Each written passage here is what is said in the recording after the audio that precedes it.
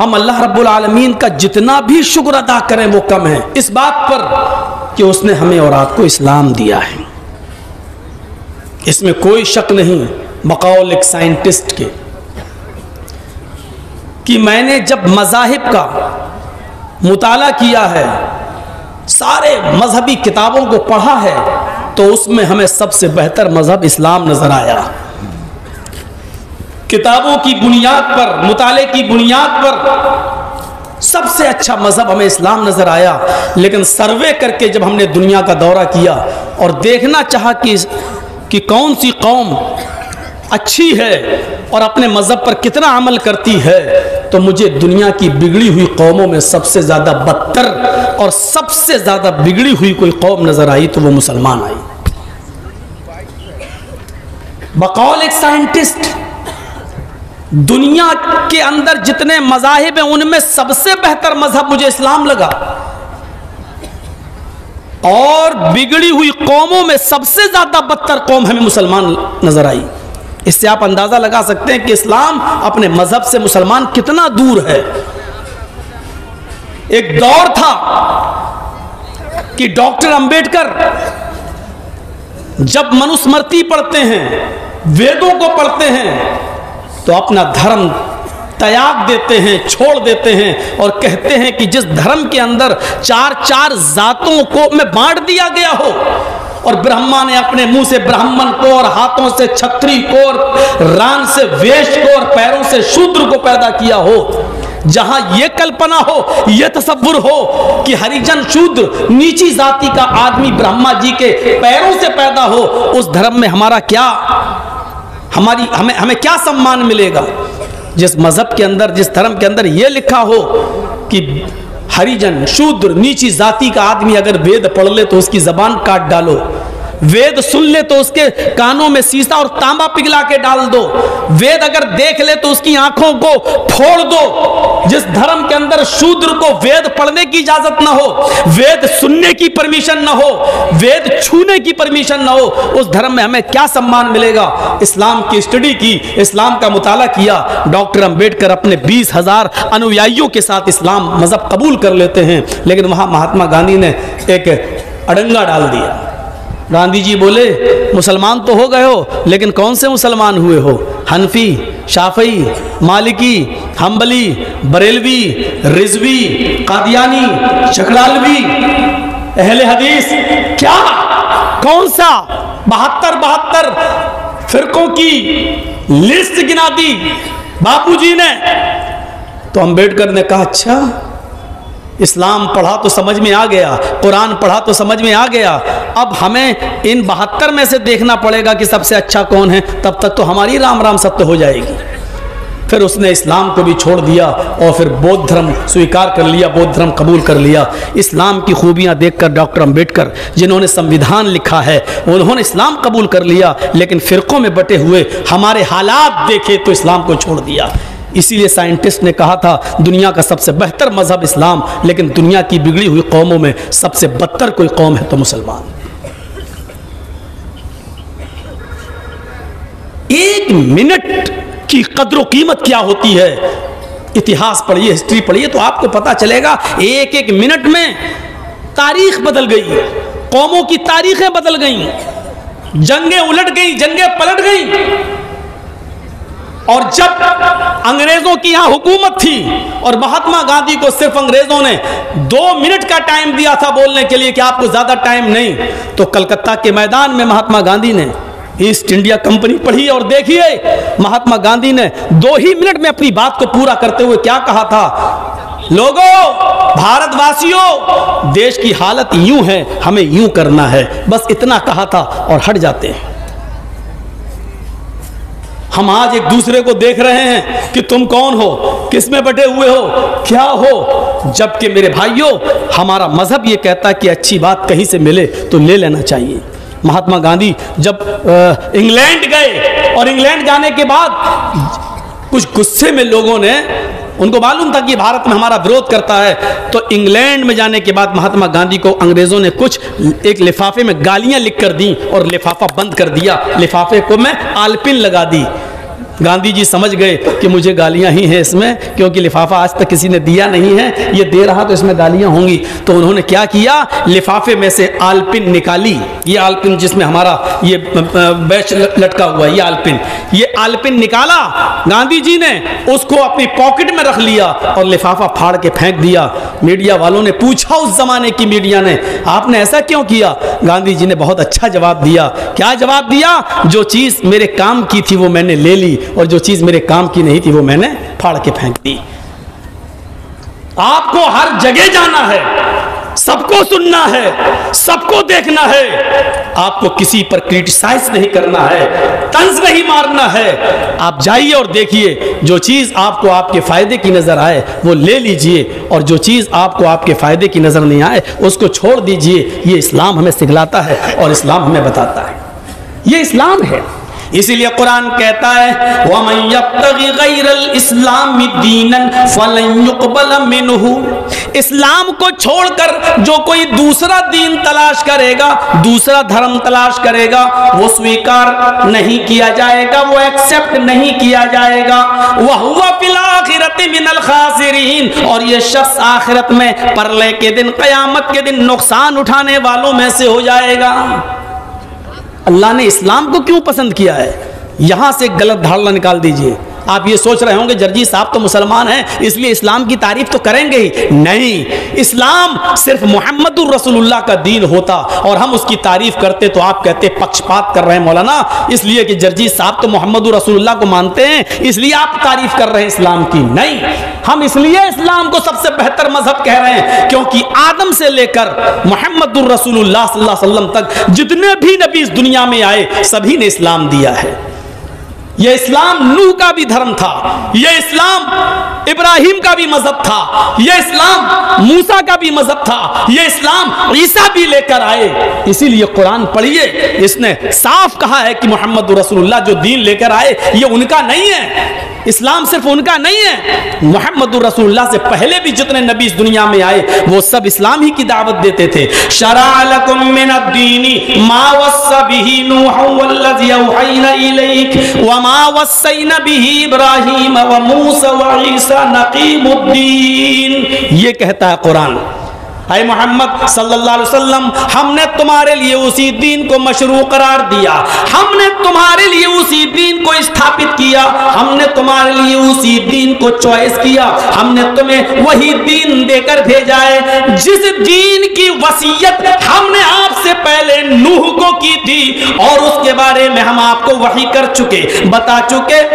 और नूह के बाद जिस दीन को लेकर इब्राहिम आए, वमा वस्सैना बिही इब्राहिम व मूसा व ईसा नक़ीमुद्दीन, इसी दीन को इब्राहिम ने भी लोगों के सामने पेश किया, इसी दीन को मूसा ने भी लोगों के सामने पेश किया, इसी दीन को ईसा अलैहिस्सलाम ने भी पेश किया है। जब कजरुओं ने कजरवी मिला दी और लोगों ने असली में डालडा की आमेजिश कर दी, असली में नकली मिला दिया, तो अल्लाह रब्बुल आलमीन ने ओरिजिनलिटी को क्लियर करने के लिए, असलियत को अलग करने के लिए, दूध में से पानी को अलग करने के लिए जनाबे मोहम्मद रसूलुल्लाह को अंतिम महर्षि, अंतिम संदेशा, आखिरी नबी, कल की अवतार की शक्ल में, आखिरी नबी की शक्ल में दुनिया वालों को दे दिया और बता दिया ये मोहम्मद रसूलुल्लाह नया दीन नहीं दे रहे हैं, यही दीन इब्राहिम का था, यही दीन नूह का था, यही दीन मूसा का था, यही दीन ईसा का था। इससे ज्यादा क्लियर और क्या हो सकता है?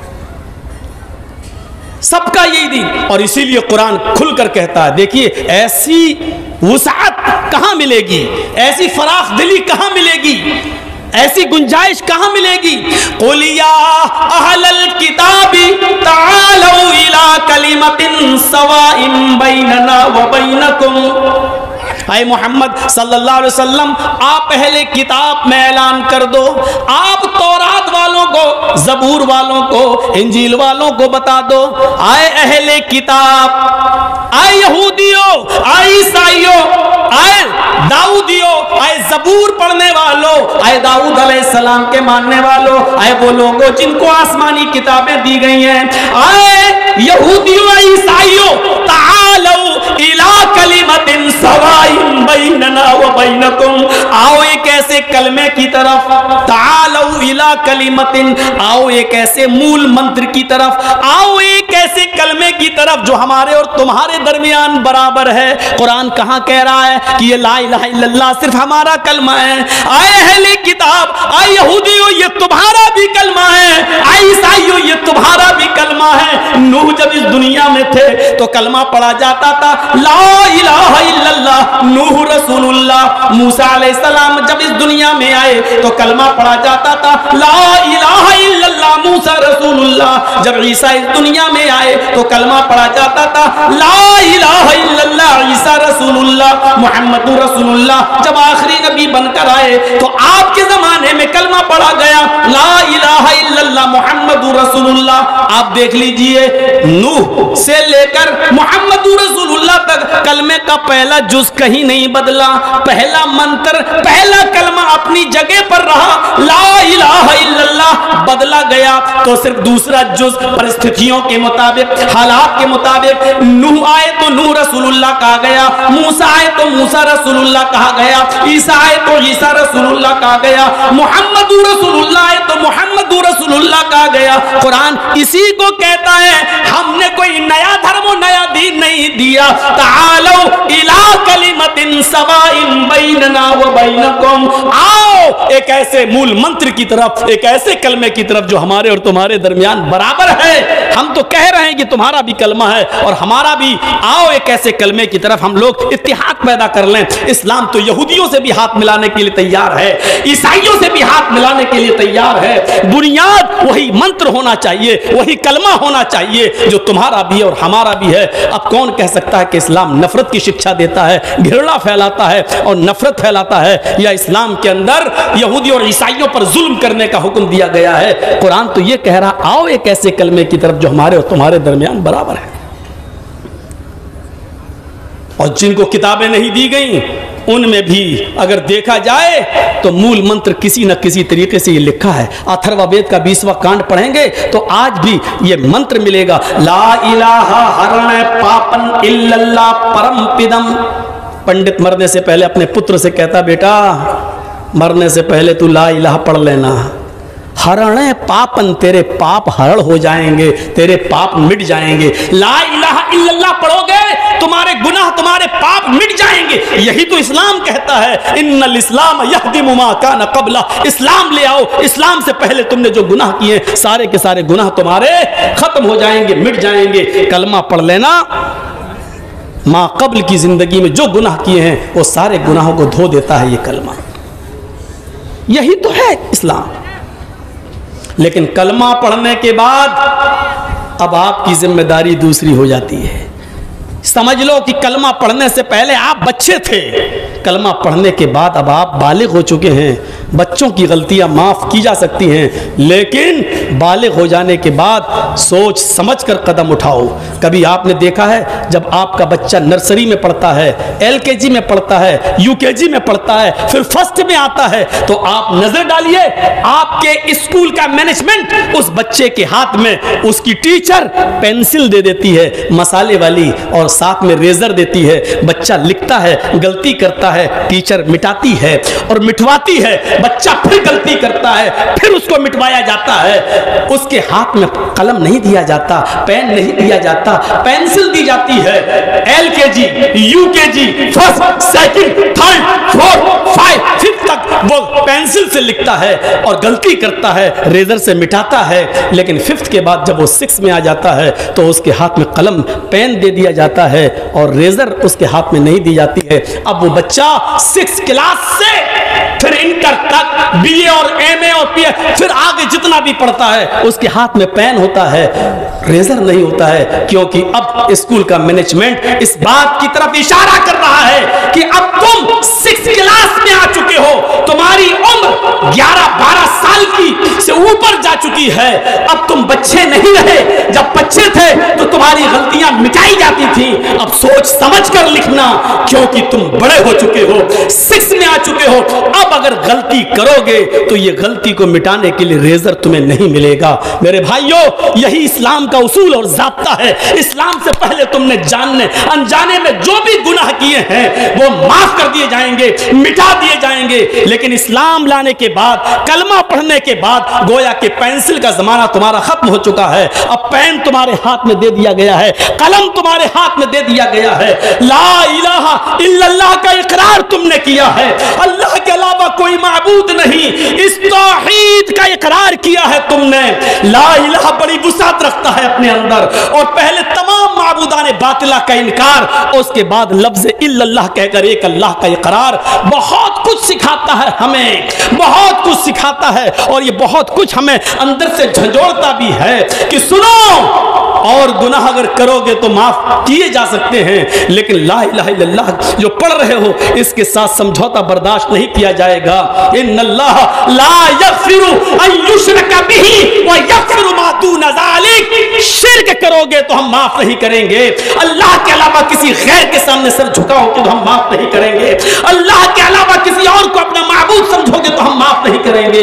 इसके अलावा जो भी तुम गुनाह करते हो, मैं गफूर रहीम हूं, तुम्हें माफ करने का हक रखता हूं। मेरे प्यारे साथियों, इस्लाम लाने के बाद गोया कि कलम हमारे हाथ में है, पेन हमारे हाथ में है, जो भी कदम उठाना है सोच समझ के उठाना है। शराब की बोतल उठाने से पहले सोच लेना इस्लाम ने शराब के लिए कौन सी बाउंड्री मुतय्यन कर दी है। चोरी करने से पहले सोच लेना कि इस्लाम ने चोरी के लिए और चोरी करने के बाद कौन सी बाउंड्री मुतय्यन कर रखी है। मैंने इसीलिए आज जब ख्वातीन लेडीज में हमारा प्रोग्राम था तो मैंने तमहीद बांधी थी इसी बात की, यही बात कहना चाह रहा था और बताया था कि इस्लाम इज्म नहीं है, मजहब है। इस्लाम ने बाउंड्री मुतय्यन की है। कबड्डी कभी खेली है आपने? देखी तो होगी, एक पाली होती है, उसके अंदर लाइन, आप इस तरफ हैं महफूज हैं, उस तरफ दूसरी टीम उस तरफ है महफूज है। अगर वहां के किसी आदमी ने इस लाइन को क्रॉस करके आपके अंदर घुस गया, लाइन क्रॉस करके आपकी एरिया में आ गया कबड्डी कबड्डी कहते हुए, तो आपको पूरा इख्तियार है कि आप उसको पकड़ सकते हैं, आप उसको खींच सकते हैं, आप उसको अरेस्ट कर सकते हैं, क्योंकि उसने अपनी बाउंड्री क्रॉस कर दी, अपनी सीमा को क्रॉस कर दिया। आपका आदमी जब बाउंड्री के इस तरफ है महफूज है, जब बाउंड्री को क्रॉस करके लाइन को क्रॉस करके दूसरी तरफ जाता है तो आपका आदमी खतरे में है, किसी वक्त भी पकड़ा जा सकता है। इस्लाम ने एक लाइन मुतय्यन कर दी, जब तक यहां हो महफूज हो, और जब इस लाइन को क्रॉस करोगे, शराब पीने वाले, जुआ खेलने वाले, जिना करने वाले, ये तमाम लोग पापी और कबाबी हर हैसियत से देखें कि इस्लाम ने क्या बाउंड्री मुतय्यन की है। दूसरे मजहब को आप पढ़ेंगे तो हिंदू धर्म में साफ लिखा हुआ है कि जुआ खेलोगे तो भैंस का जन्म होगा। वहां आवागमन है, पुनर्जन्म बहुत बाद में है, पहले आवागमन है। एक इस आदमी की रूह कई, उनके यहां 7 जन्म माने जाते हैं, लेकिन गुनाह की एक लिस्ट बनी हुई है। जुआ खेलोगे तो भैंस का जन्म होगा, रिश्वत खाओगे तो कुत्ते का जन्म होगा, चोरी करोगे तो बिल्ली का जन्म होगा, किसी लड़की पर गलत नजर डालकर देखोगे तो अगला जन्म लड़की का होगा।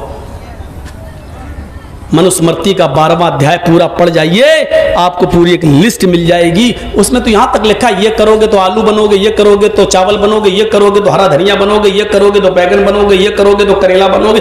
एक एक जुर्म की सजा लिखी हुई है। अब उतनी हमें याद थोड़ी है, 4 चीजें हमें याद थी जो अपने दिमाग में रखे हुए हैं। जुआ खेलोगे तो भैंस का जन्म होगा, रिश्वत खाओगे तो कुत्ते का जन्म होगा, चोरी करोगे तो बिल्ली का जन्म होगा, और किसी लड़की पर गलत नजर डालोगे तो अगला जन्म तुम्हारा भी लड़की का होगा। थोड़ी देर के लिए अगर अक्ल पर जोर लगाया जाए तो इन चीजों को मानने के बाद यह धर्म बैनुल अक़वामी धर्म नहीं रह जाता है। सोचो, जुआ खेलने के बाद ना भैंस का जन्म होगा, इसका मतलब क्या हुआ? इसका मतलब साफ है कि दुनिया में जितनी भैंसें दिखाई दे रही हैं ये सब पहले इंसान थे। अगर मतलब निकाला जाए तो यही तो मतलब निकलेगा, ये सब पहले इंसान थे, इन्होंने जुआ खेला होगा तब भैंस का जन्म हुआ है। इसका मफ़हूम मुखालिफ निकालिए, अगर दुनिया में कोई आदमी जुआ ही ना खेले तो इसका मतलब क्या हुआ, भैंस पैदा ही नहीं होगी, भैंस का जन्म ही नहीं होगा। और जब भैंस का जन्म नहीं होगा तो इसका मतलब दूध नहीं मिलेगा, घी नहीं मिलेगा, दही नहीं मिलेगा, मट्ठा नहीं मिलेगा, बटर नहीं मिलेगा। तो सीधे सीधे मतलब क्या हुआ, ये सारी नेमतें खाना है तो जुआ खेलो, ये सीधा मतलब है। ये सारी नेमतें अगर इस्तेमाल करना है तो जुआ खेलो। भारत में ही बोलता हूं, कई बार कई जलसों में और यूपी वगैरह में भी जहां शुद्ध दूसरों की पार्टी है, शुद्ध मैं कह रहा हूं, शुद्ध को आप अच्छी तरह समझ रहे होंगे, लेकिन कोई ऑब्जेक्शन नहीं कर सका। अब आप अंदाजा लगाइए इसका मतलब क्या हुआ, यानी ये नेमतें हमें किसी पाप के नतीजे में मिल रही हैं। रिश्वत खाओगे तो कुत्ते का जन्म होगा, बड़ा अजीब मसला हो गया। और कुत्ते भी दो किस्म के, एक तो रोडों पे घूमते हैं और एक वो होते हैं जो बहुत स्पेशल वैरायटी के होते हैं, जो एसी गाड़ियों में बैठते हैं। तो इसका मतलब यह है कि रिश्वत भी दो किस्म की होगी। एक तो रिश्वत वो हुई जो सड़क पर 100 रुपए लेके 50 रुपए लेके छोड़ दिया जाता है ट्रक को, और एक रिश्वत वो होती है जो विजय माल्या ने की है। एक रिश्वत वो होती है जो करोड़ों का चूना लगाया जाता है और हेर फेर कर दी जाती है। इसका मतलब ये हुआ कि जो छोटी रिश्वत खाता है वो सड़क वाला कुत्ता बनता है, और जो बड़ी रिश्वतें खाता है वो मरने के बाद उस कुत्ते का जन्म होता है जो एसी गाड़ियों में घूमता है, और जिसको 18-20 साल की लड़कियां अपनी गोद में बुला के चुम्मी लेती, पप्पी, स्वीटी, लवली, और चुमती। यानी कुत्ता बनने के बाद भी वो बेचारा खुश है कि एसी गाड़ी में घूम रहा है। चोरी करोगे तो बिल्ली का जन्म होगा। अरे जर्जी साहब ने चोरी की, कम से कम पुलिस ने पकड़ लिया, जेल में तो डाल दिया। जब तक हम जेल के अंदर हैं हम बंद तो हैं, लोग महफूज तो हैं हमसे, लेकिन बताओ अगर अल्लाह ने, ईश्वर ने अगर उसको चोरी के जुर्म में बिल्ली बना दिया तो इसका मतलब बिल्ली बनाने वाली सजा भी सही सजा नहीं लग रही है। क्योंकि इंसान चोरी करता है, पुलिस बंद कर देती है तो कम से कम जब तक बंद है चोरी नहीं करेगा, लेकिन बिल्ली बना दिया तो कौन सा आपने बड़ा काम कर दिया। इसका मतलब अल्लाह की ये सजा, ईश्वर की सजा ज्यादा मजबूत नहीं है। जब इंसान था तो लोगों का माल चुराया करता था, जब उसको बिल्ली बना दिया तो अब भी किसी का कबूतर, किसी का मुर्गा खा रहा है, किसी के मुर्गी के बच्चों पे हमला कर रहा है, तो अभी भी तो उसकी चोरी बरकरार है। तो इसका मतलब ये सजा बहुत मजबूत नहीं है। किसी लड़की को देखोगे तो अगला जन्म लड़की का होगा। अब इसका क्या जवाब दिया जाए। ये जितनी भी माँ बहनें दोपहर में बैठी थी यहाँ, और जितनी आपको दिख रही हैं औरतें, मतलब क्या हुआ, ये सब पहले लड़कियां, ये सब पहले मर्द थे। ये औरतें जितनी हैं ये सब पहले मर्द थी। इन्होंने किसी लड़की को गलत नजर से देखा होगा, तब इनको लड़की का जन्म हुआ है। मफहूम मुखालिफ, अगर दुनिया में कोई किसी लड़की पर गलत नजर न डाले तो लड़की पैदा ही नहीं होगी। फिर पूछोगी नस्ल कैसे बढ़ेगी, मुआशरा कैसे परवान चलेगा। गौर से देखा जाए तो ये शिक्षा, ये तालीम अकल में आने वाली नहीं है, अकल में आने वाली नहीं है। इसके अलावा जरा इस सजा को देखिए, फमन यामल मिस्काल ज़र्रतिन खैरन यरा वमन यामल मिस्काल ज़र्रतिन शर्रन यरा। जर्रा बराबर भी नेकी करोगे तो उसको भी देख लोगे, जर्रा बराबर भी बुराई करोगे तो उसको भी तुम अपने नामे अमाल में देख लोगे।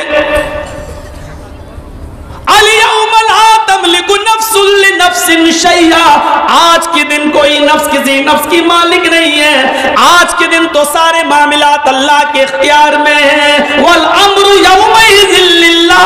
आज के दिन सारे मामलात का मालिक अल्लाह है, उसी के हुक्म से सब कुछ होगा। पूरा पूरा बदला दिया जाएगा, कोई चीज किसी से छिपाई नहीं जाएगी। दुनिया में कोई अदालत ऐसी ही नहीं है जो हमें हमारी नेकियों का पूरा पूरा इनाम दे सके। एक आदमी समंदर में डूब रहा है, जर्जी साहब तैरना जानते हैं, वो मर रहा था, डूब रहा था, हमने तैर के उसको बचा लिया, उसको खींच के ले आए। बताओ उस बच्चे का बाप हमें क्या इनाम देगा? चलो गवर्नमेंट हमें क्या इनाम देगी? जो भी इनाम दे दे, क्या किसी की जिंदगी बचाने का वो पूरा इनाम है? हमने एक आदमी को कत्ल किया, जुर्म साबित हो गया, कोर्ट ने फैसला सुना दिया, फांसी की सजा।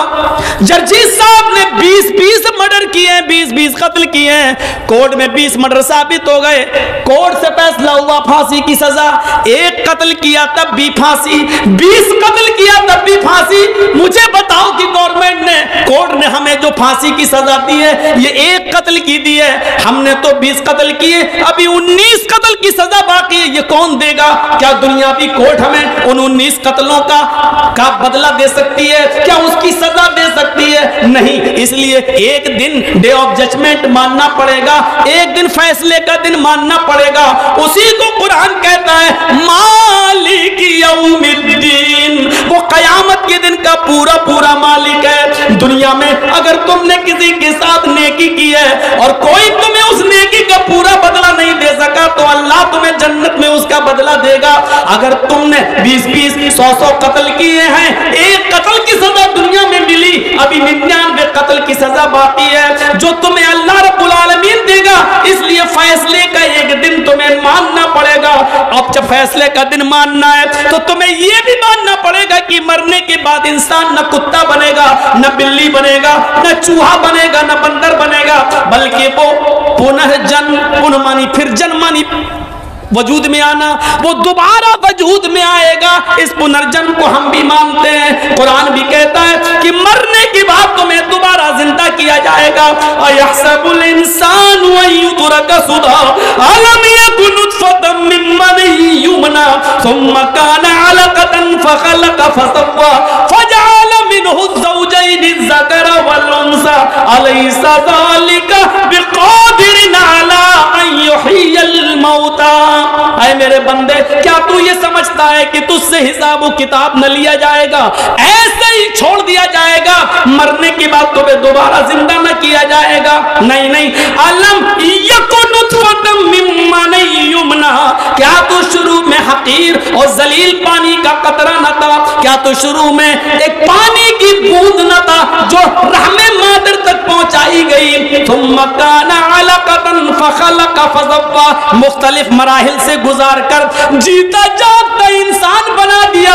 उसी पानी के कतरे से अल्लाह ने तेरे उंगलियों के पोर बनाए, उसी पानी के कतरे से तेरे नाखून बनाए, उसी पानी के कतरे से तेरी उंगलियां बनाई, तेरी हथेली बनाई, तेरा कलाई बनाई, तेरी बाहें बनाई, तेरा पैर बनाया, तेरी पिंडली बनाई, तेरा पेट, तेरा लीवर, तेरा गुर्दा बनाया, तेरा दिमाग बनाया, दिमाग में हजारों तारों का कनेक्शन डालकर 2 चमकते हुए ट्यूबलाइट आंखों की शक्ल में हमने तुम्हें दिए। ये सारे काम हमने किए। तेरी माँ खाना खा रही थी और अल्लाह तेरी माँ के पेट के अंदर तेरा पैर बना रहा था।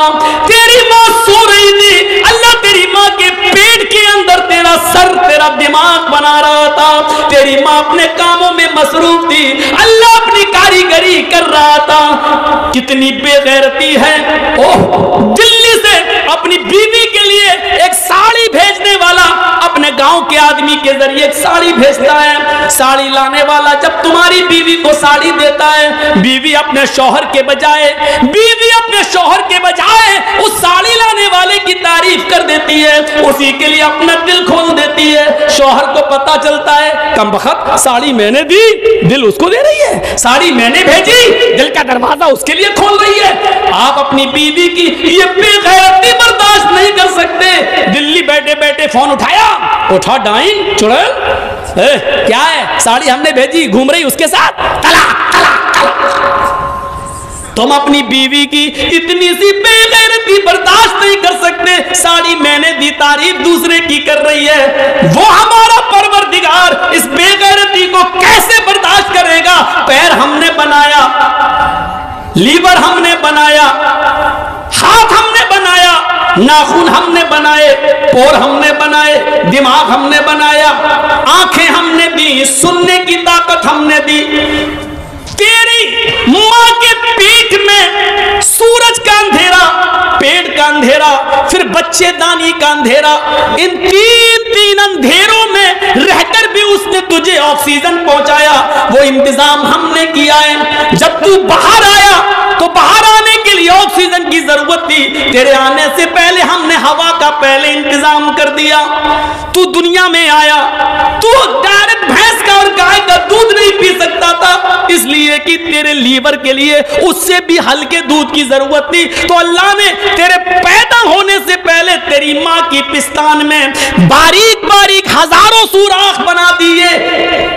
हजारों सुराख इसलिए बनाए क्योंकि तू बच्चा है, चूसेगा, मां की पिस्तान में अपना मुंह लगाएगा तो उससे उतना ही दूध आए, उतना ही आए जितना 2-3 बूंद तू खींच सके और तेरा लीवर उस दूध को हजम कर सके। अगर वो छोटे छोटे सुराख अल्लाह पिस्तान में न बनाता तो तू पूरा घूंट भी खींच सकता था और पी सकता था, जो तेरे लिए नुकसानदेह होता, तेरे लीवर के लिए नुकसानदेह होता। अल्लाह ने तेरी मां के पिस्तान में दूध पहले भर दिया है, दूध पिस्तान में छोटे छोटे सुराख भी बना दिए ताकि तू उतना ही दूध अपनी मां की पिस्तान से हासिल कर सके जितना तेरा लीवर बर्दाश्त कर सकता है, जितना तेरी आंतें बर्दाश्त कर सकती हैं। ये सारे काम हम करें और जब हर बच्चा पैदा हो जाए तो कह दो अजमेर वाले ने दिया, बदायूं वाले ने दिया, कछौजा वाले ने दिया, फला पीर साहब ने दिया। अल्लाह इस बेगैरती को कैसे बर्दाश्त करेगा? इसलिए फरमाया मेरे बंदो तुम ही बताओ, जब ये सारे काम मैं पहली बार कर सकता हूं तो क्या इंसान के मरने के बाद हम उसको दोबारा जिंदा नहीं कर सकते? अलैसा ज़ालिका बिक़ादिरिन अला अन युह्यिल मौता, तो क्या मैं इस बात पर कादिर नहीं हूं कि इंसान को मरने के बाद दोबारा जिंदा कर दूं? कर सकता है। और जब तक दोबारा जिंदा नहीं किया जाएगा इंसान को उसके अच्छे कामों का पूरा इनाम नहीं मिलेगा और बुरे कामों की पूरी सजा नहीं मिलेगी। दुनिया में कोई अदालत ऐसी नहीं है जो पूरी पूरी सजा दे सके और पूरा पूरा इनाम दे सके। पूरा पूरा इनाम कोई नहीं। इसलिए फैसले का दिन को मानना पड़ेगा और इस्लाम फैसले का एक दिन मुतय्यन करता है। मृत्यु जन्मम मृत्यु पश्चातम द्वितीय जन्मम भवति। लीजिए ऋग्वेद तो ये कह रही है, ने तृतीय ने चतुर्थ ने पंचम ने षष्ठ ने सप्त ने अष्ट ने नवम ने दशम का। मृत्यु पश्चातम द्वितीय जन्मम भवति, मरने के बाद तुम्हारा दूसरा जन्म होगा। एक ही जन्म बता रहा है ऋग्वेद, मरने के बाद तुम्हें दोबारा वजूद में लाया जाएगा। ने तृतीय ने चतुर्थ ने पंच, न तीसरी बार न चौथी बार न पांचवी बार न षष्ठ न छठी बार न सप्त न सातवीं बार न अष्ट न आठवीं बार न नवम न नवीं बार न दशम का और न 10वीं बार। यानी मरने के बाद दोबारा जीवित किए जाओगे। न कुत्ता बनोगे, न बिल्ली बनोगे, न चूहा बनोगे, न छछूंदर बनोगे, न आलू बनोगे, न टमाटर बनोगे, कुछ नहीं। ये सारी चीजें मरने के बाद दूसरा इस ऋग्वेद ने क्लियर कर दिया है। इसलिए हमें और आपको इस दुनिया में मरने के बाद वाली जिंदगी के लिए तैयारी करना चाहिए। तो ये इस्लाम है। और अल्लाह ने ये क्यों कहा कि वमन यब्तगी गैरल इस्लामी दीनन, इस्लाम को छोड़कर कोई दूसरा दीन तलाश करोगे तो उसका कबूल नहीं किया जाएगा। इस्लाम मसावात सिखलाता है। आज किसी भी मंदिर में चले जाइए आप, ब्राह्मण के साथ आपने कभी किसी ठाकुर को पूजा करते हुए नहीं देखा होगा, किसी ठाकुर के साथ किसी वैश्य को पूजा करते हुए नहीं देखा होगा, किसी वैश्य के साथ किसी शूद्र को पूजा करते हुए नहीं देखा होगा। ब्राह्मणों के मंदिर में कभी आपने शूद्र को पूजा करते हुए नहीं देखा होगा, शूद्र के मंदिर में कभी किसी ब्राह्मण को पूजा करते हुए नहीं देखा होगा। ये इस्लाम की खूबी है, ये इस्लाम की खूबी है। कायनात की सबसे अजीम मस्जिद खाने काबा, पहली सफ में अजान की आवाज सुनकर सऊदिया का कोई गरीब इंसान, टैक्सी चलाने वाला, रिक्शा चलाने वाला, नमाज पढ़ने के लिए अगर पहली सफ में भी आकर बैठ जाता है और पहली सफ फुल हो जाती है और सऊदिया के बादशाह सलमान, किंग सलमान को आने में थोड़ी देर हो जाती है, लेकिन ये ताकत किंग सलमान के अंदर भी नहीं है कि वो आगे बैठे हुए उस रिक्शा चलाने वाले आदमी को उसकी सबसे हटाकर उसको पीछे कर दे और खुद वो आगे बैठ जाए। मेरे भाइयों, तुम बाद में आए हो, पीछे जहां जगह मिले वहां आगे की सबसे किसी गरीब इंसान को भी हटाने का पावर तुम बादशाह होगे सऊदिया के, लेकिन आए हो मेरे घर में, यहां तुम्हारी नहीं चलेगी, यहां मेरा कानून चलेगा, यहां मेरे उसूल चलेंगे, यहां मेरे ज़ाब्ते चलेंगे। ये दुनिया में एक वाहिद मजहब है इस्लाम जो किसी बादशाह को भी अथॉरिटी और पावर नहीं देता कि आगे के सबसे किसी गरीब आदमी को उठाकर पीछे कर दे। ये इस्लाम की खुसूसियत है, यह इस्लाम की विशेषता है, और शायद इन्हीं विशेषताओं को देखकर डॉक्टर अंबेडकर ने इस्लाम कबूल करने की तरफ कदम उठाया था। बैतुल मक़दिस फतह हो जब अब हाथ में आती है, हजरत उमर को दावत दी जाती है कि आइए अमीरुल मोमिनीन बैतुल मुक़द्दस में आइए और यहाँ 2 रकात नमाज पढ़ाइए हमें। हजरत उमर फारूक बैतुल मक़दिस का सफर कर रहे हैं, यरूशलेम की सरजमीन पर घुस जाते हैं और वहां से जब बैतुल मक़दिस की तरफ जाते हैं, जिस ऊंट के ऊपर जा रहे थे उस ऊंट के ऊपर सिर्फ एक ही आदमी बैठ सकता था, क्योंकि उस ऊंट के ऊपर उसकी ग़िज़ा लाद दी गई थी, उसका खाना लगा हुआ था। एक आदमी बैठ सकता था और एक आदमी लगाम पकड़कर ऊँटनी को लेके चलता। ये तय हुआ 1 मील तुम चलोगे मैं बैठूंगा, फिर 1 मील मैं चलूंगा तुम बैठोगे। किसने? हजरत उमर फारूक ने। किससे कहा? अपने गुलाम अफलाह से।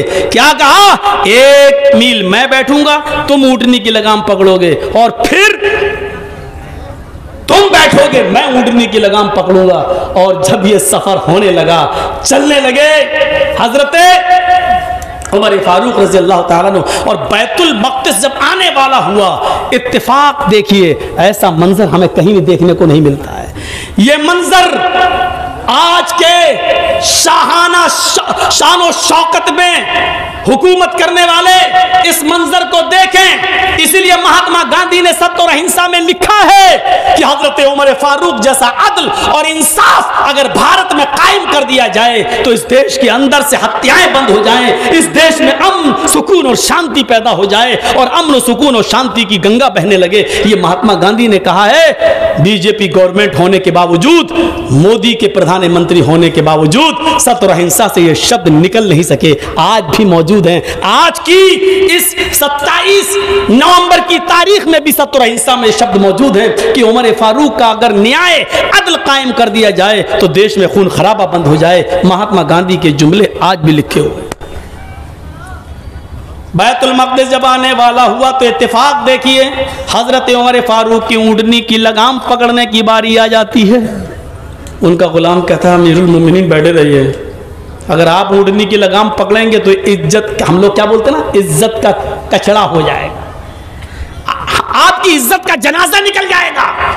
बैतुल मक़दिस के आसपास यहूदी खड़े हैं, क्या कहेंगे कि अमीरुल मोमिनीन इनका लगाम पकड़ा ऊँटनी का। हजरत उमर ने कहा अफलाह ऊँट रोको, अफलाह ऊँट रोको। उसने कहा नहीं अमीरुल मोमिनीन, लोगों की नजरें हैं, देख रहे हैं, मैं आपका खादिम हूं, 1 मील और लेके चलता हूं, आप बैठे रहिए। हजरत उमर कूद जाते हैं। अल फारूक में अल्लामा शिबली नकल करते हैं कि कूद गए, नीचे छलांग लगा गए और अफलाह से कहा बैठो। कहा अमीरुल मोमिनीन आप लगाम पकड़ेंगे इन लोगों के सामने, क्या कहेंगे लोग? कहा नहीं, बारी तुम्हारी आई है बैठने की, बैठो। हजरत उमर फारूक ने अफलाह को ऊँट पे बिठाया और ऊँटनी की लगाम पकड़ के चलने लगे। बैतुल मक़दिस के पास जो यहूदी खड़े थे इस मंजर को देखकर मुसलमानों से पूछते हैं क्या तुम्हारा अमीरुल मोमिनीन वो है जो ऊँट के ऊपर बैठा हुआ है?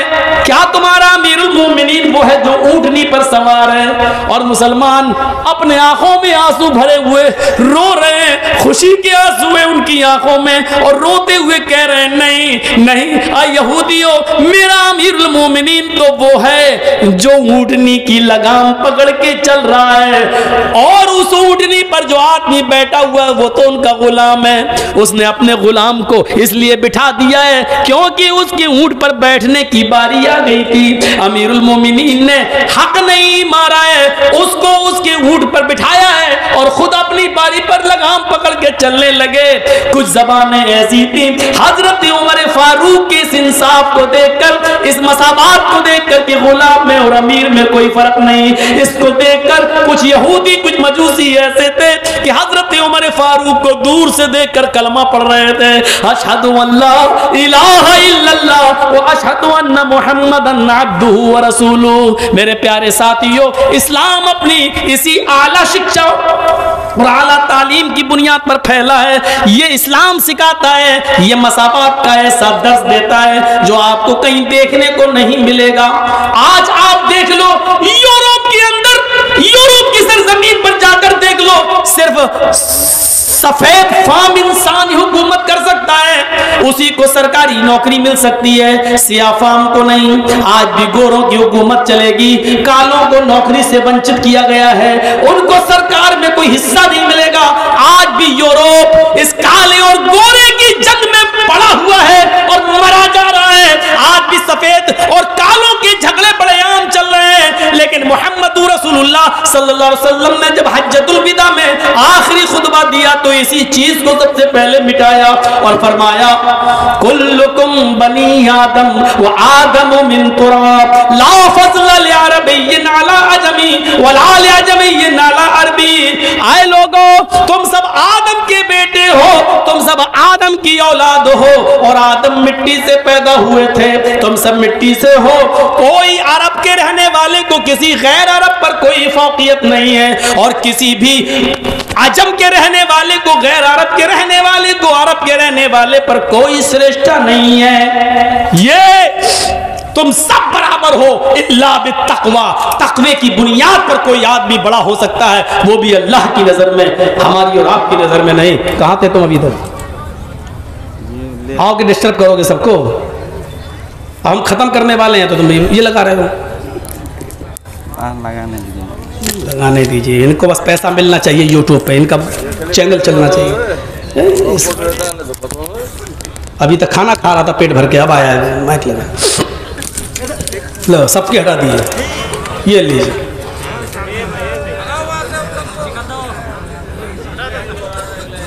सुनिए, ये इस्लाम की सबसे बड़ी खूबी है।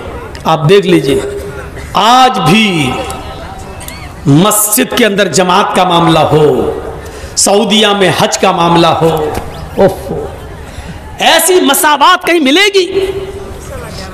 कोई अमीर है तो कोई गरीब है, कोई इंडिया से गया तो कोई पाकिस्तान से गया, कोई मिस्र से आया तो कोई सूडान से आया, कोई अफ्रीका से आया तो कोई बांग्लादेश से गया, कोई लंबा है तो कोई छोटा है, एक ही मैदान में जमा है। अराफात का मैदान लबालब भरा है और सबके मुंह से एक ही जुमला निकल रहा है, लब्बैक लब्बैक अल्लाहुम्मा लब्बैक ला शरीका लका लब्बैक। हाजिर हूँ अल्लाह, मैं तेरे दरबार में हाजिर हूँ। ऐसा लग रहा है जैसे कोई बहुत बड़ा पापी, बहुत बड़ा गुनाहगार गवर्नमेंट ने जिसको मौका दिया हो कि 1 महीने का मौका दे रहा हूं, वो कोर्ट में आके अपने आप को सरेंडर कर दे, वरना 1 महीने में हाजिर ना हुआ तो उसको जहां दिखाई दे गोली से शूट कर दो, मार दो। ऐसा मुजरिम जो भाग रहा हो और कोर्ट में आके अपने आप को सरेंडर कर रहा हो, ऐसा लग रहा है जैसे हिंदुस्तान और पाकिस्तान, मिस्र और सूडान और अफ्रीका से अपने गुनाहों की पोटली लाद कर अल्लाह के दरबार में, अल्लाह की अदालत में अपने गुनाहों की गठरी लाद कर कोई ऐलान कर रहा हो कि अल्लाह मैं हाजिर हूं, अल्लाह मैंने अपने आप को सरेंडर कर दिया, अल्लाह मैंने अपने आप को तेरी अदालत में सौंप दिया, अल्लाह मैंने जिंदगी भर गुनाह किए हैं, अल्लाह मैंने बहुत बड़े पाप किए, आज तेरे घर में आ गया हूं, तेरे मैदान में जमा हूं। आय अल्लाह देख, मेरे जिस्म के ऊपर कोई सिला हुआ कपड़ा नहीं है, कोई फख्र नहीं है, कोई मैं बहुत स्टैंडर्ड कपड़ा पहने हुए नहीं हूं। आय अल्लाह ये सारे लोग एक ही लिबास में हैं, मेरा भी वही लिबास है। इलाहा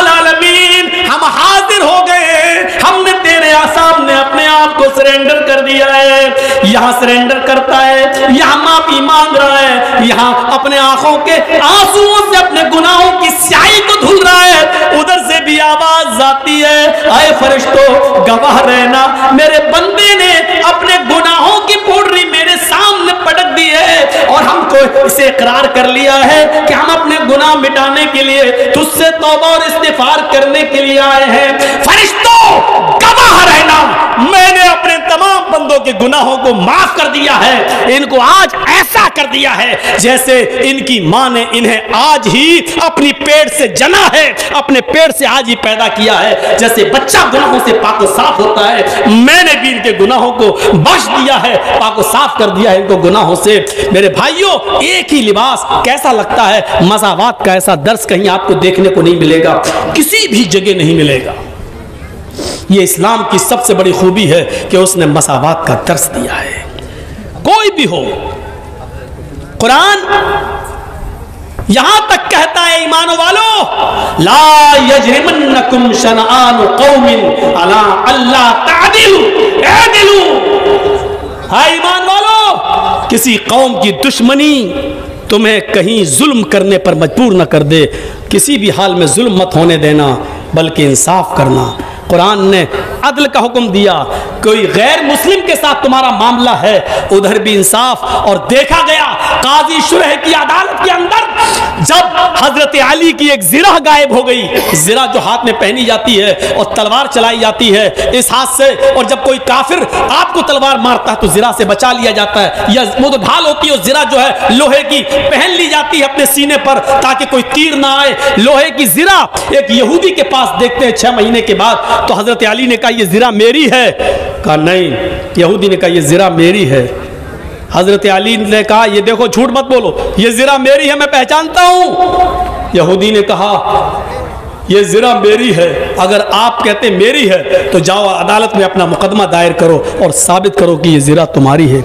हजरत अली अमीरुल मोमिनीन हैं, लेकिन इसके बावजूद यहूदी से जिरा नहीं ले पा रहे हैं। काजी शुरह की अदालत में मुकदमा दायर करते हैं कि मेरी एक जिरा है यहूदी के पास। तारीख देकर यहूदी को तलब किया गया। हजरत उमर भी उस तारीख में आए। हजरत उमर फारूक से पहले यहूदी कहने लगा, काजी साहब, हजरत उमर ने, हजरत अली ने मुकदमा दायर किया है मेरे खिलाफ।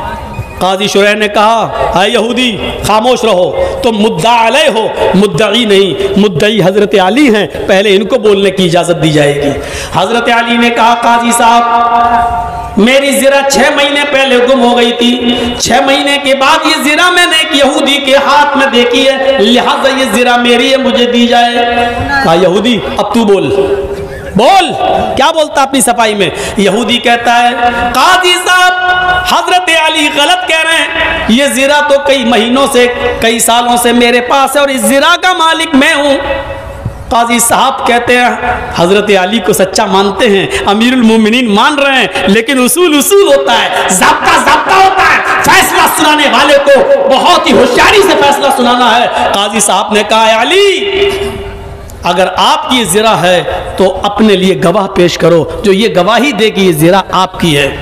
हजरत अली ने अपने बेटे को पेश किया, हाय हुसैन, ये हसन गवाही दो, बताओ ये जिरा किसकी है। हजरत हसन कटघरे में खड़े होते हैं और कहते हैं, काजी साहब ये जिरा मेरे बाप की है, दरवाजे पे रखी थी, घर के अंदर चले गए, थोड़ी देर के बाद लौट के आए तो जिरा गायब।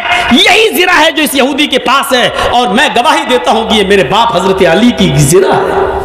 हजरत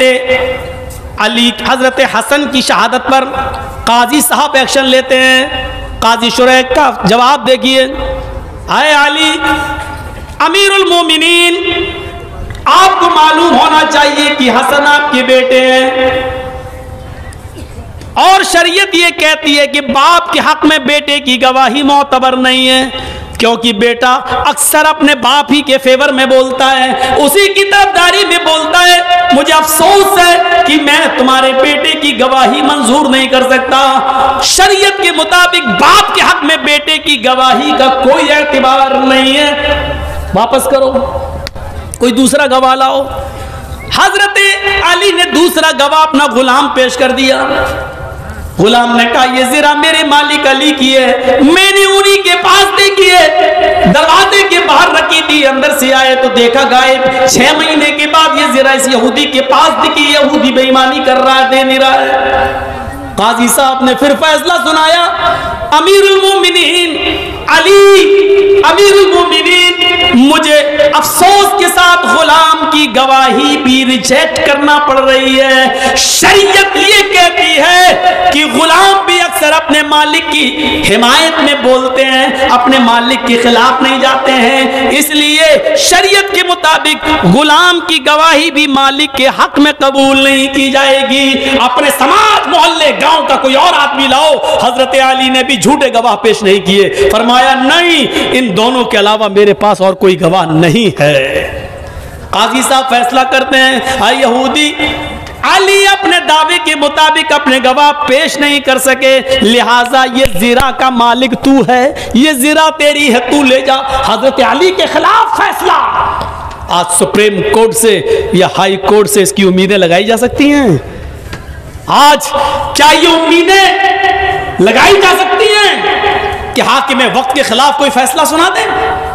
जरा सोचो, हजरत अली के खिलाफ मुकदमा, फैसला, यहूदी को ज़िरा दे दी गई, फैसला सही था, लेकिन हजरत अली की ज़िरा थी, लेकिन दलाइल की रोशनी में किताब और सुन्नत के मुताबिक फैसला यहूदी के हक में हो गया। अब यहूदी की बारी थी। हजरत अली निकले, उस यहूदी से हाथ मिलाया और कहा कि मैंने अपना पक्ष रखा था, तुमने अपना पक्ष रखा, काजी साहब ने दलाइल की रोशनी में तुम्हारे हक में फैसला कर दिया, ये ज़िरा तुम्हारी है, जाओ ले जाओ। वो यहूदी वहीं चीखता और कहता है, नहीं अमीरुल मोमिनीन, नहीं नहीं, काजी साहब ने जो फैसला सुनाया है वो हमें सही लगा है, और ये देखना था मुझे कि अमीरुल मोमिनीन का कोई प्रेशर तो नहीं होता, अमीरुल मोमिनीन का कोई दबाव तो नहीं होता, अमीरुल मोमिनीन का कोई खौफ तो काजी साहब के चेहरे पर दिखाई नहीं देता, लेकिन काजी साहब को कोई प्रेशर नहीं था, कोई दबाव नहीं था। आज इस फैसले ने मेरा सीना चौड़ा कर दिया और मेरे लिए इस्लाम, मेरे दिल को इस्लाम के लिए और कुशादा कर दिया। आए काजी साहब, आपने जो भी फैसला सुनाया वो सच्चा हो या गलत मैं नहीं जानता, लेकिन हकीकत यह है कि ज़िरा के मालिक हजरत अली ही है। मैं तो देखना चाहता था कि ये झूठे गवाह तो अदालत में पेश नहीं करते हैं, इन्होंने नहीं किया है, अब मैं इनको इनकी ज़िरा लौटा रहा हूँ। और उसी जगह पर तारीख़ खतीब के अंदर खतीब बगदादी लिखते हैं कि उसी जगह पर उस यहूदी ने कलमा भी पढ़ लिया, अशहदु अल्ला इलाहा इल्लल्लाह व अशहदु अन्ना मुहम्मदन अब्दुहु व रसूलुहु। ये मसावात का दर्स कोई किसी के खिलाफ नहीं, ये दर्स अगर कहीं मिलता है तो इस्लाम देता है। मुल्क शाम के अंदर अमर इब्न आस के बेटे ने एक यहूदी बच्चे को कोड़ा मार दिया, सिर्फ इसलिए कि घुड़दौड़ में वो यहूदी बच्चा आगे निकल गया। उस बच्चे ने कहा कि मैं अमीरुल मोमिनीन से, मैं अमर इब्न आस से मैं शिकायत करूंगा। बेटा बोलता है, जा जाओ, जिससे शिकायत करना चाहो कर दो, अमर इब्न आस मेरे बाप हैं, वो खलीफा हैं, यहाँ के गवर्नर हैं, और मेरा कोई कुछ नहीं कर सकता। वो यहूदी बच्चा खामोश हो गया, जब ये गवर्नर का बेटा है तो मेरा क्या होगा। कुछ दिनों के बाद हजरत उमर मुल्क शाम गए और लोगों की एक मीटिंग लेते हैं, क्या अमर इब्न आस ने सही काम किया है, तुम बताओ, कोई शिकायत हो? कोई ने, किसी ने कोई शिकायत नहीं की। छोटा सा बच्चा उठता है, कहता अमीरुल मोमिनीन मुझे शिकायत है। कहा किस बात की? इधर आओ बेटा। यहूदी बच्चा 11-12 साल की उम्र, वो बच्चा आगे आता है, हजरत उमर उसको अपने पास बिठाते हैं, क्या हुआ तुम्हारे साथ?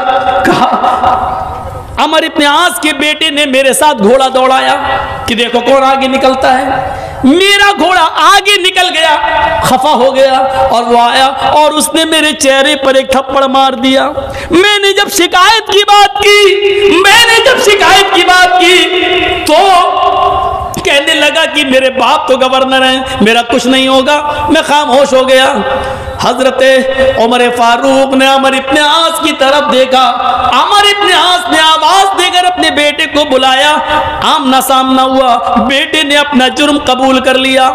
हजरत उमर फारूक ने फिर उस बच्चे के हाथ में कोड़ा दिया और कहा कि जितनी जोर से इसने तुझे थप्पड़ या कोड़ा मारा है तू भी बदला ले ले। उसने बदला ले लिया।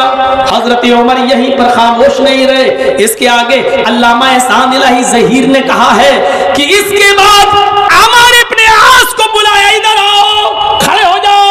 अमर इब्ने आस खड़े हो गए। जल्लाद को हुक्म दिया कि एक कोड़ा अमर इब्ने आस की पीठ पर भी मारो। अमर इब्ने आस ने कहा मेरा क्या जुर्म है? कहा पहले कोड़ा खाओ। जब कोड़ा खा लिया तो बताया, आए अमर इब्ने आस, ये कोड़ा तुम्हें इसलिए मारा जा रहा है क्योंकि तुमने अपने बेटे को सही तरबियत नहीं दी, तुमने अपने बेटे को सही तालीम नहीं दी। अगर सही तालीम दी होती तो तुम्हारा बेटा उस यहूदी बच्चे से ये ना कहता कि मेरा बाप गवर्नर है, मेरा कोई कुछ नहीं कर सकता। तुम्हें नहीं मालूम कि इस्लाम लाने के बाद कोई छोटा और बड़ा नहीं है। अदल का तकाजा यह है कि तुम्हें भी कोड़ा मारा जाए क्योंकि तुम्हारे बेटे को ये जुर्रत कैसे हुई ये कहने की कि मैं गवर्नर का बेटा हूं। ये कोड़ा तुम्हें याद रखेगा और हमेशा अपने बेटे को अब सही तरबियत तुम दोगे। मेरे प्यारे साथियों, ये मसावात का ऐसा दर्स इस्लाम देता है जो दुनिया की किसी तारीख में नहीं मिलता है, किसी तारीख में नहीं। आज एक एक रुपए के साथ और करोड़ों रुपयों के साथ क्या मामला होता है। जरा तसव्वुर करो कि उमर इब्ने अब्दुल अजीज की बीवी के पेट में बच्चा है, 4 दिन से भूखी है, खाना नहीं मिला। उन अपनी खादिमा से कहती ये तो कुछ देंगे नहीं, तुम बैतुल माल से थोड़ा दूध ले आओ। बैतुल माल के खाजिन ने जल्दी से थोड़ा दूध का प्याला दे दिया क्योंकि खादिमा ने कहा था 4 दिन से कुछ नहीं खाया, अगर कुछ मिला नहीं तो बच्चा मर जाएगा, पेट में बच्चा कहीं मर न जाए। दूध का प्याला लेके आ रही है।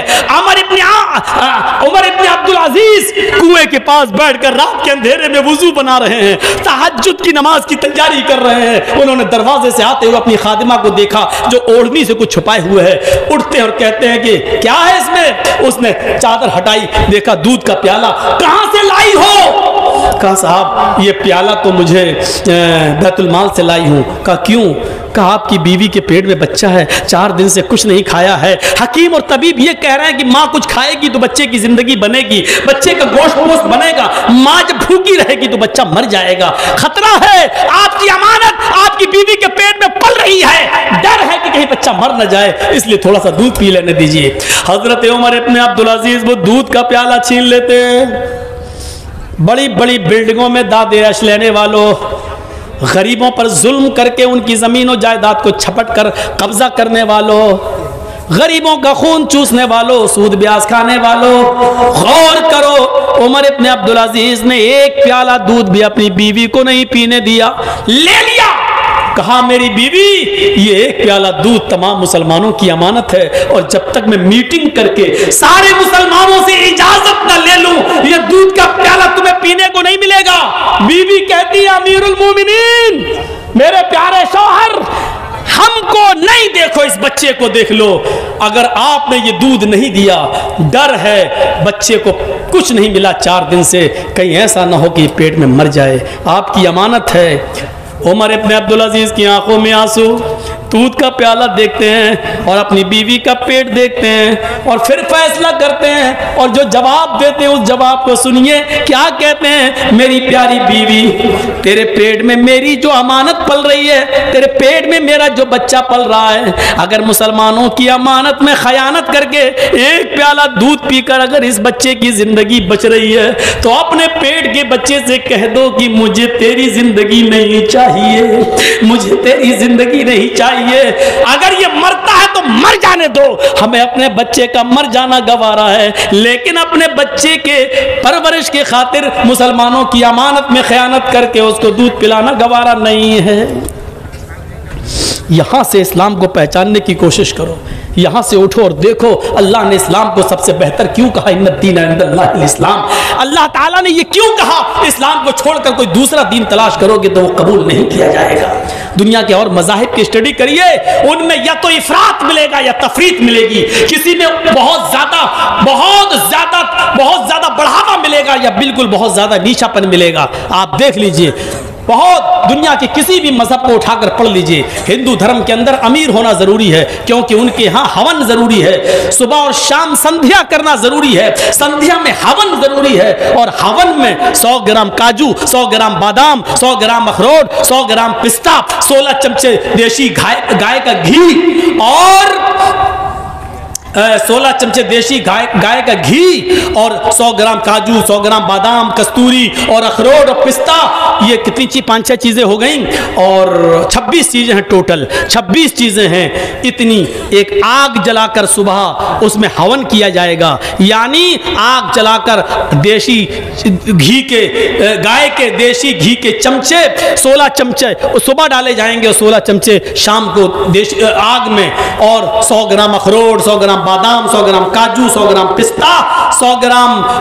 आपका ये मेवा और कस्तूरी सुबह और शाम। इसके अलावा कुल मिला के 26 चीजें, अगर 5 मैंने गिना दी तो 21 चीजें और हैं, 6 अगर हमने गिना दी तो 20 चीजें और हैं। ये 26 चीजें सुबह और 26 चीजें शाम को आग के हवाले करो। और आगे लिखा हुआ है अगर ये नहीं करोगे तो अधर्मी और पापी होकर मरोगे। और आगे लिखा हुआ ये अमीर को भी करना, गरीब को भी करना है। एक रिक्शा चलाने वाला 16 चमचे देशी घी कहाँ से लाए सुबह और 16 चमचे देशी घी शाम को कहाँ से लाए?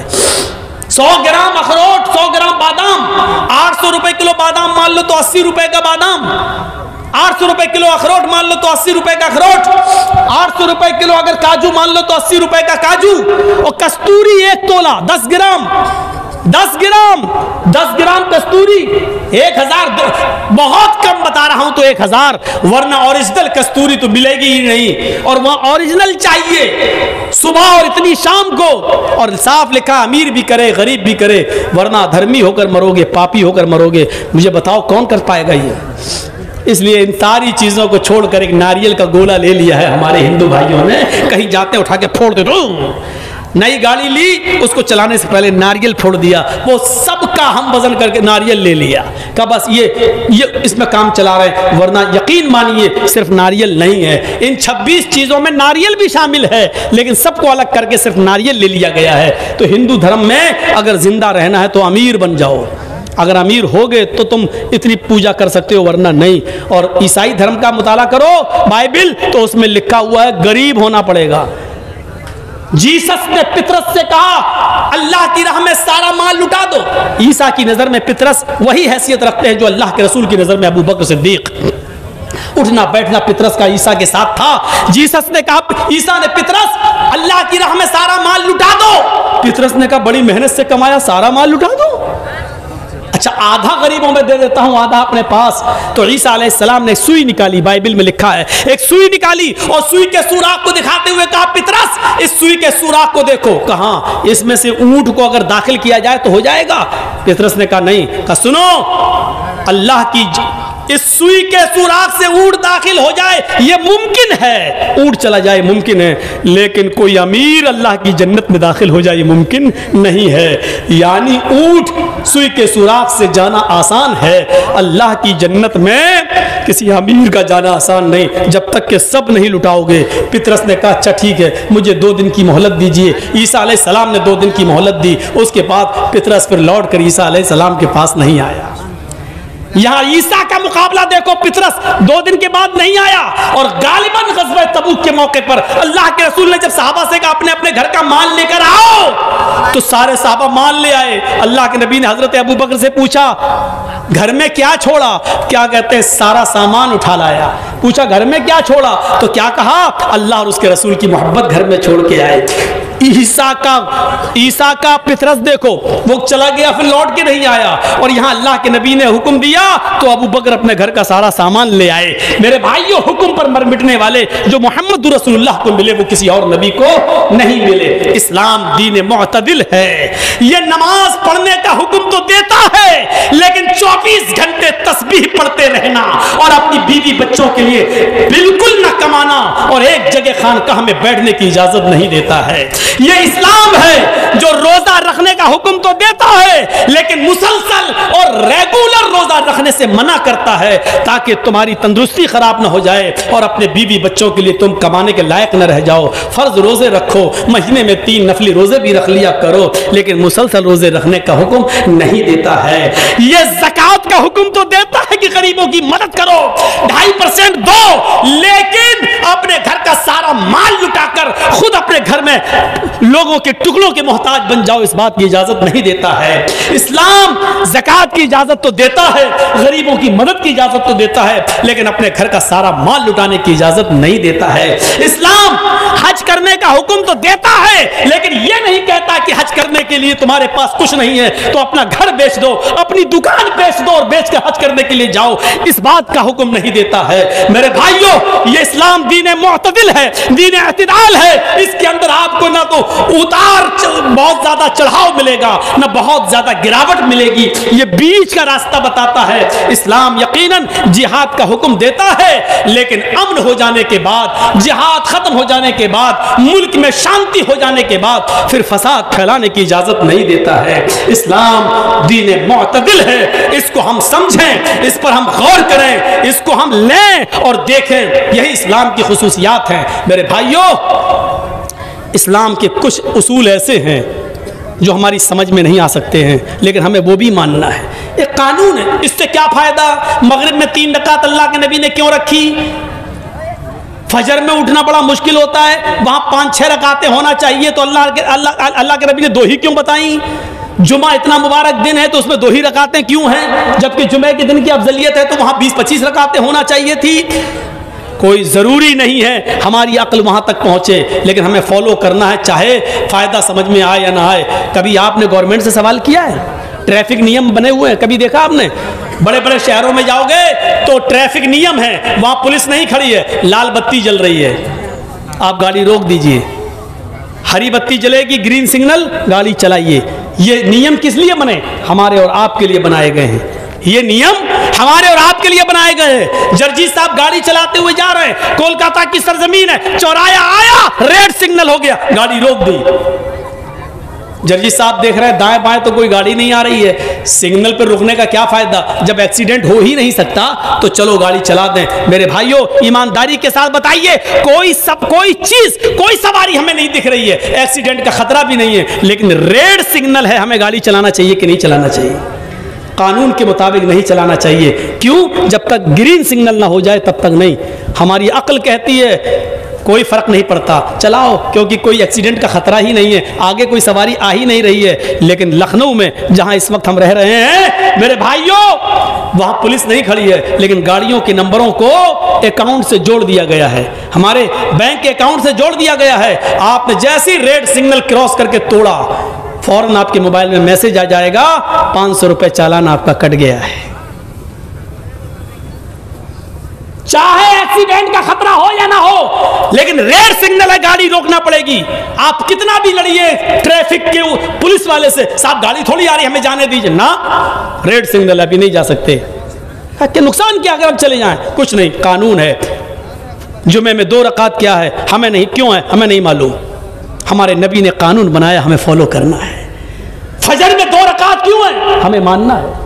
गंदगी जमीन पर चलते हुए मोजे में नीचे लगेगी, लेकिन मसा ऊपर करने का हुक्म दिया, नीचे क्यों नहीं, हमें मानना है। हालांकि लोगों ने इसके जवाब दिए हैं, लेकिन हमें जवाबात से मतलब नहीं, हमें मतलब सिर्फ यह है कि हमारे नबी ने जो कानून हमें बना दिया है हमें मानना है। मक्खी खाने पीने की चीज में गिर जाए उसको पूरा डुबो दो, साहब पूरा डुबो दो, हाँ, जब तक वो मर ना जाए उसको डुबो दो, जब मर जाए तो उसको निकाल के फेंक दो, फिर पीने वाली चीज पी लो या खाने वाली चीज खा लो, अगर आपका दिल कराहियत ना करे तो। लेकिन वो चीज़ हलाल है, खा सकते हैं, लेकिन पूरा डुबोने का हुक्म है। ऐसा मक्खी भी जिंदा निकाल के फेंक दो, पूरा डुबो दो, भर जाने तक इंतजार करो। हमारी समझ में नहीं आ रहा ना आए, हालांकि इसका तिब्बी फायदा है, लेकिन अगर हमारी समझ में नहीं भी आता है तब भी कोई फर्क नहीं, हमारे नबी ने कानून बनाया, हमें फॉलो करना है, ट्रैफिक नियम की तरह। जैसे रेड सिग्नल है लेकिन एक्सीडेंट नहीं हो सकता है, फिर भी हमें रुकना है। अगरचे कोई खतरा नहीं है, फिर भी रुकना है, क्योंकि कानून है और कानून हमारे फायदे के लिए बनाए गए हैं। हमें कोई नुकसान या फायदा हो या ना हो, अल्लाह के रसूल ने यह कानून बनाया, हमें मानना है, क्योंकि अल्लाह के रसूल सल्लल्लाहु अलैहि वसल्लम को कि हर काम में मसलिहत है। यह अलग बात है कि हम वहां तक पहुंच पाए या ना पहुंच पाए, हमारी अक्ल वहां तक जा सके या ना जा सके, लेकिन फायदा जरूर होगा, मसलिहत जरूर होगी, हमें मानना है। एक चीज और बता दूं, कुरान कहता है या अय्युहल्लज़ीना आमनु उदखुलू फिस्सिल्मि काफ़ा, पूरे पूरे दाखिल हो जाओ। 2-4 नमाजें पढ़ ली, मुसलमान बन गए। 2-4 रोजे रख लिए, मुसलमान बन गए। सब कौन है? मोहम्मद असलम, मोहम्मद जर्जीस, मोहम्मद अकरम नहीं, ये बिजली का खंबा लगा है।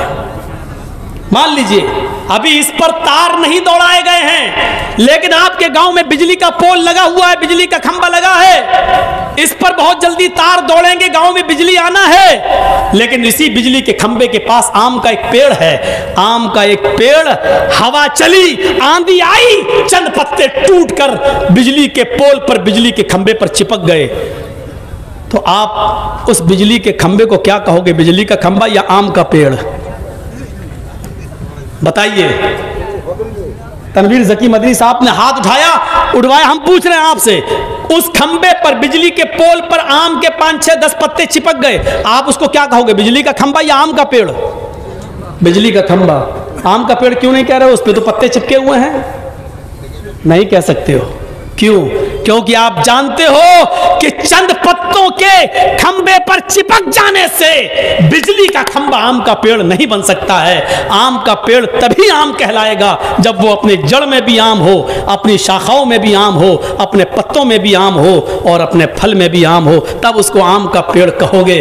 और जब 2-4 पत्ते के चिपक जाने से बिजली का खंबा आम का पेड़ नहीं हो सकता, तो आपकी और हमारी 2-4 नमाजें हमें मुसलमान कैसे बना सकती हैं? 2-4 रोजे हमें पूरा मुसलमान कैसा बना सकते हैं? जब बिजली के खंबे पर लगे हुए 2-4 पत्ते बिजली के खंबे को आम का पेड़ नहीं बना सकते हैं। आम का पेड़ तभी आम का होगा जब वो जड़ में भी आम हो, शाखाओं में भी आम हो, ब्रांच में भी आम हो, पत्तों में भी आम हो, फल में भी आम हो। आप मुसलमान उस वक्त कहलाओगे जब आपकी जड़ में इस्लाम हो, आप उठें तो इस्लाम छलकता हो, आप बैठें तो इस्लाम छलकता हो, आप चलें तो इस्लाम छलकता हो, आप खाएं तो इस्लाम छलकता हो, आप इबादत करें तो इस्लाम टपकता हो, आप शादी और ब्याह करें तो इस्लाम नजर आता हो, आपकी जड़ भी इस्लामी हो, उसमें लगने वाले पत्ते भी इस्लामी हो और उसमें फल भी इस्लाम का लगा हो, तब आप पूरे मुसलमान कहलाएंगे।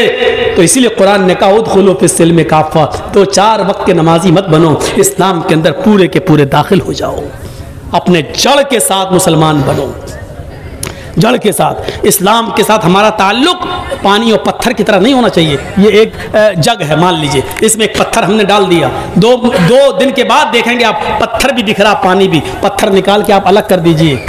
जब चाहा पत्थर को अलग कर दिया, 2 दिन के बाद भी पत्थर को अलग फेंक दिया। इसका मतलब क्या है? ना पानी ने पत्थर को एक्सेप्ट किया, ना पत्थर ने पानी को जज्ब किया। यही तो मतलब हुआ। आपने पत्थर डाला जरूर था, लेकिन न तो पत्थर पानी पे चढ़ा, न पत्थर पे पानी चढ़ा, पत्थर को निकाल के आपने फेंक दिया। ये मामला नहीं होना चाहिए कि जब चाहो तब इस्लाम हमसे निकाल दो, जब चाहो तब हम इस्लाम में दाखिल हो जाएं। नहीं, हमारा मामला इस्लाम के अंदर ऐसा होना चाहिए, इस्लाम के साथ पानी और रंग का। जलेबी खाते हैं, रंग होता है ना उसमें खाने वाला, कलर, लाल रंग का कलर लाए, पानी में डाल दिया, 2 मिनट के अंदर आप देख लीजिए उसमें घुल जाएगा। पीला कलर लाए, पानी में घुल गया। अब पानी से रंग को आप अलग करके दिखाइए, आपके बाप भी अलग नहीं कर पाएंगे।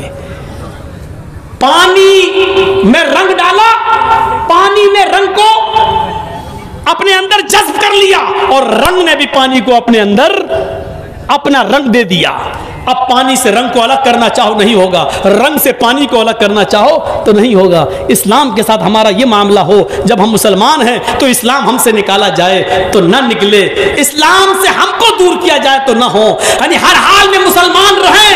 हजरत बिलाल के सीने पर पत्थर रख दिया जाता था, लेकिन इस्लाम इनके दिल से नहीं निकलता था। अहद अहद अहद। सुमैया रजी अल्लाह ताला अन्हा के अंदाम निहानी में नेज़ा डाल दिया गया और चीख रही है, सब्बित कदमी जाला दीन या रहमर राहिमीन, अल्लाह मुझे मेरे दीन पे साबित कदम रखना, दुश्मन बहुत हैं, मुझसे मेरा दीन छीनना चाहते हैं, अल्लाह ऐसे हालात में मुझे साबित कदम रखना।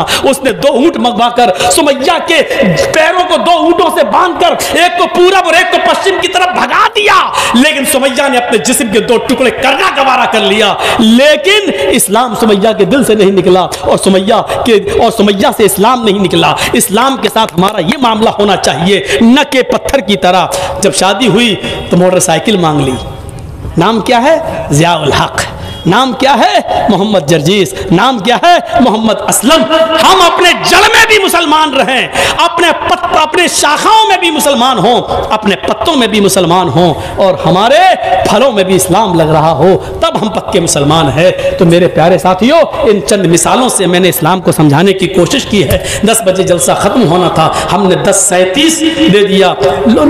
मुतीउर रहमान साहब का जलसा ऐसा ही होता है, दिल्ली की कॉन्फ्रेंस हो जाती है, 5-5 मिनट 10-10 मिनट सबको टाइम देना पड़ता है। ताल्लुकात इतने वसी हैं कि सबको आना पड़ता है। MLA भी आ जाते हैं, MP भी आ जाते हैं, सब लोग आ जाते हैं। तो मेरे भाइयों, बहरहाल कम ही सही, लेकिन इस्लाम के ताल्लुक से जो बयान दिया गया है, अल्लाह से दुआ करता हूँ कि बारे इलाह ये इस्लाम हमारे अंदर पूरा का पूरा दाखिल फरमा दे और इस्लाम के अंदर हमें पूरा का पूरा दाखिल कर दे और इस्लाम हमारे अंदर पूरा का पूरा दाखिल कर दे। शॉर्ट में इतनी ही दुआ काफ़ी कि इलाहुल आलमीन जब तक तू हमें ज़िंदा रख, इस्लाम पे रखना, और जब हमारा खात्मा हो ईमान पर हमारा खात्मा फरमाना। वमा अलैना इल्लल बलागुल मुबीन व आखिरु दअवाना अनिल हम्दुलिल्लाहि रब्बिल आलमीन। अस्सलामु अलैकुम।